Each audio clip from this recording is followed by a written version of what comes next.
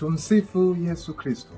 Mnamo siku kama ya leo katika kanisa tunakumbuka Mtakatifu Yohane Dominico Savio. Ni mmoja mtakatifu mdogo na kijana sana ndani ya kanisa.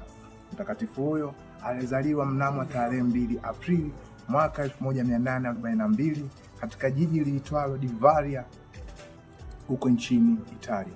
Mtakatifu huyo alikuwa ni mtoto wa pili kati ya watoto 11 wa baba Carlo Savio na Brigida Savia. Mtakatifu huyu aliishi maisha ya utakatifu akiwa bado mdogo sana. Alianza kuonyesha ishara na matendo makubwa sana ambayo katika jamii na katika familia yalikuwa ni ya kipekee sana na alikuwa ni wa pekee sana.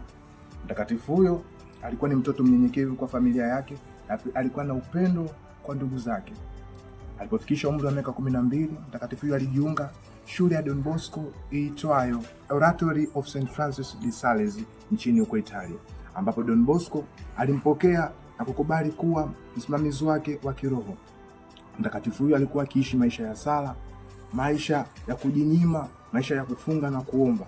Mtakatifu huyo alikuwa ni mmoja ya watoto ambao ni alama katika shule ile ya St. Francis de Sales. Alikuwa ni mtoto ambaye pia huunganisha hata marafiki ambao wamekwazana. Alikuwa ni mtoto ambaye hakupendezwa na matendo kama vitabia vidogo vidogo vya kukoseana au vya kutenda dhambi.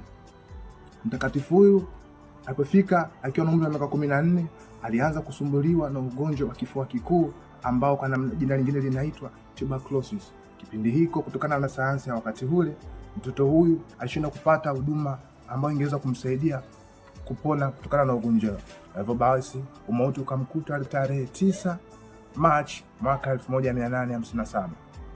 Mtakatifu huyu pia wasifu wake uliandikwa na huyu mtakatifu Yohane Bosco, ambaye aliandika maisha yake na pia utakatifu wake.